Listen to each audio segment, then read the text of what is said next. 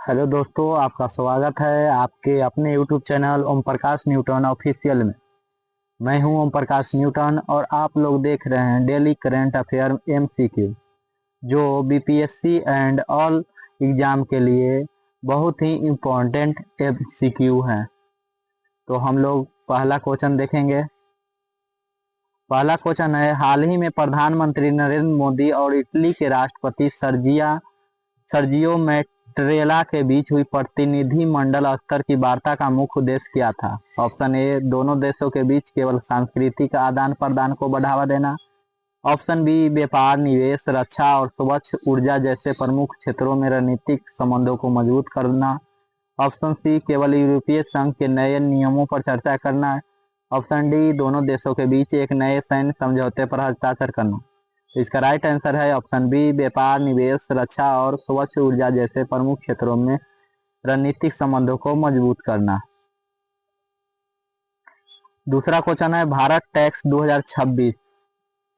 2026 mobile app में विक्रेताओं और प्रदर्शकों की सुविधा के लिए किस आधुनिक तकनीक का उपयोग किया गया है, जो प्रासंगिक उत्पादों और आपूर्तिकर्ताओं को तलाशने में मदद करेगी? Option A, blockchain technology. Option B, artificial intelligence. Option C, virtual reality. Option D, clouding computing. तो इसका राइट आंसर है option B, artificial intelligence.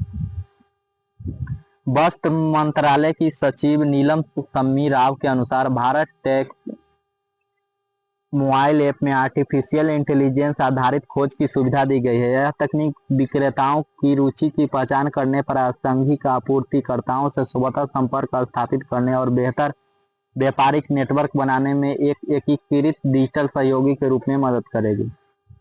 Question number 3, रोम में प्रधानमंत्री नरेंद्र मोदी और इटली की प्रधानमंत्री जॉर्जिया मेलोनी के बीच होने वाले द्विपक्षीय वार्ता का मुख्य फोकस किन विषयों पर रहेगा? ऑप्शन ए, केवल सांस्कृतिक खेलों का आयोजन करना। ऑप्शन बी, द्विपक्षीय संबंधों को बढ़ावा देना और मौजूदा वैश्विक परिदृश्य पर व्यापक बातचीत करना।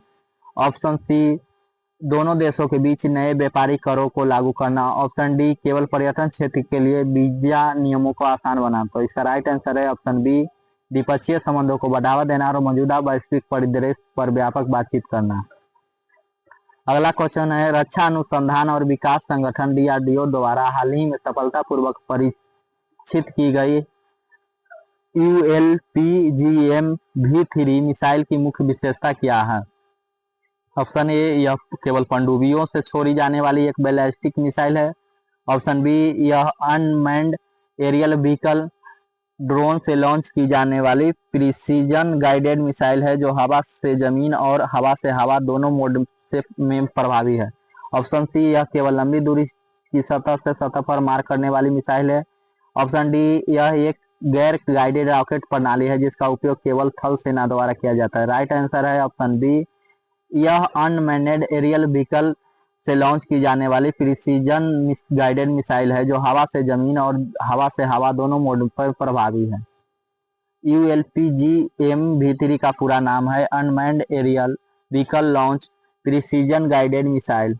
रक्षा मंत्री राजनाथ सिंह के अनुसार यह मिसाइल टैंक रोधी भूमिका के लिए हवा से जमीन मोड में और ड्रोन, हेलीकॉप्टर तथा अन्य हवाई लक्ष्यों को निशाना बनाने के लिए हवा से हवा मोड में काम करने की दोहरी प्रभावशीलता रखती है, जो देश की स्वदेशी रक्षा क्षमताओं में एक बड़ी उपलब्धि है। अगला क्वेश्चन है, राष्ट्रीय महत्वपूर्ण सूचना रचना संरक्षण केंद्र के महानिदेशक नवीन कुमार सिंह के अनुसार वर्ष 2030 तक भारत की डिजिटल अर्थव्यवस्था का देश के सकल घरेलू उत्पाद में कितने प्रतिशत का योगदान देने की उम्मीद है? ऑप्शन ए, लगभग 5%। Option B, 10%। ऑप्शन सी, लगभग 20%। ऑप्शन डी, लगभग 50%। तो इसका राइट आंसर है ऑप्शन सी, लगभग 20%। फिक्की FICCI के साइबर कॉम के 7वें संस्करण के दौरान महानिदेशक नवीन कुमार सिंह ने यह रेखांकित किया कि UPI डिजिटल शासन और कागज रहित प्रणालियों जैसी मजबूत डिजिटल सार्वजनिक अवसंरचना के कारण वर्ष 2030 तक देश की डिजिटल अर्थव्यवस्था का भारत के GDP में लगभग 20% योगदान होने की संभावना है। अगला क्वेश्चन है, मेघालय के उमरोई सैन्य केंद्र में शुरू हुए 2 सप्ताह के बहुपक्षीय सैन्य अभ्यास प्रगति 2026 का मुख्य फोकस केंद्र बिंदु क्या है? ऑप्शन ए समुद्र तटीय क्षेत्रों में नौसैनिक सुरक्षा और आपदा प्रबंधन। ऑप्शन बी अर्ध पर्वतीय और वन क्षेत्रों में आतंकवादी विरोधी। ऑप्शन सी मरुस्थलीय इलाकों में टैंक और बख्तर बंद वाहनों का युद्ध कौशल। ऑप्शन डी आधुनिक साइबर सुरक्षा और अंतरिक्ष रक्षा प्रणालियों का परीक्षण। तो इसका राइट आंसर है ऑप्शन बी अर्ध पर्वतीय और वन क्षेत्रों में आतंकवादी विरोधी अभियान। उमरोई में आयोजित सैन्य अभ्यास प्रगति 2026 में भारत के साथ 12 मित्र देशों ने भाग लिया। हाल ही में 4 दिन की भारत यात्रा पर मुंबई पहुंचे साइप्रस के राष्ट्रपति का क्या नाम है? Option A Randhir Jaiswal. Option B Nikos Christodoulides. Option C Jishnu Dev Varma. Option D Devendra Fadnavis. इसका राइट आंसर है option B Nikos Christodoulides.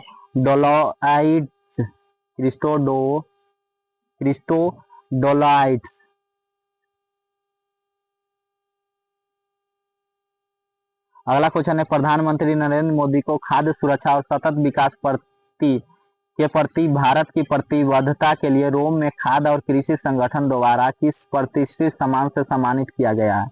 Option A कृषि रत्न पुरस्कार। Option B Agricola medal. Option C वैश्विक खाद्य सुरक्षा पुरस्कार। ऑप्शन डी FAO स्वर्ण पदक। तो राइट आंसर है ऑप्शन बी एग्रीकोला मेडल। प्रधानमंत्री नरेंद्र मोदी को रोम में स्थित खाद्य और कृषि संगठन के मुख्यालय में वहां के महानिदेशक क्यू डोंगियो द्वारा प्रतिष्ठित एग्रीकोला मेडल से सम्मानित किया गया। प्रधानमंत्री ने इस सम्मान को भारत के लाखों किसानों, कृषि वैज्ञानिकों और श्रमिकों को समर्पित किया। भारत और इटली किस वर्ष को सांस्कृतिक और पर्यटन वर्ष के रूप में मनाएंगे, जिसका उद्देश्य दोनों देशों के बीच प्राचीन सभ्यताओं के बीच सांस्कृतिक आदान प्रदान और संवाद को मजबूत करना है? ऑप्शन ए वर्ष 2026। ऑप्शन बी वर्ष 2027। ऑप्शन सी वर्ष 2028। ऑप्शन डी वर्ष 2030। तो इसका राइट आंसर है ऑप्शन बी वर्ष 2027। भारत और इटली ने वर्ष 2027 को सांस्कृतिक और पर्यटन वर्ष के रूप में मनाने का निर्णय लिया है।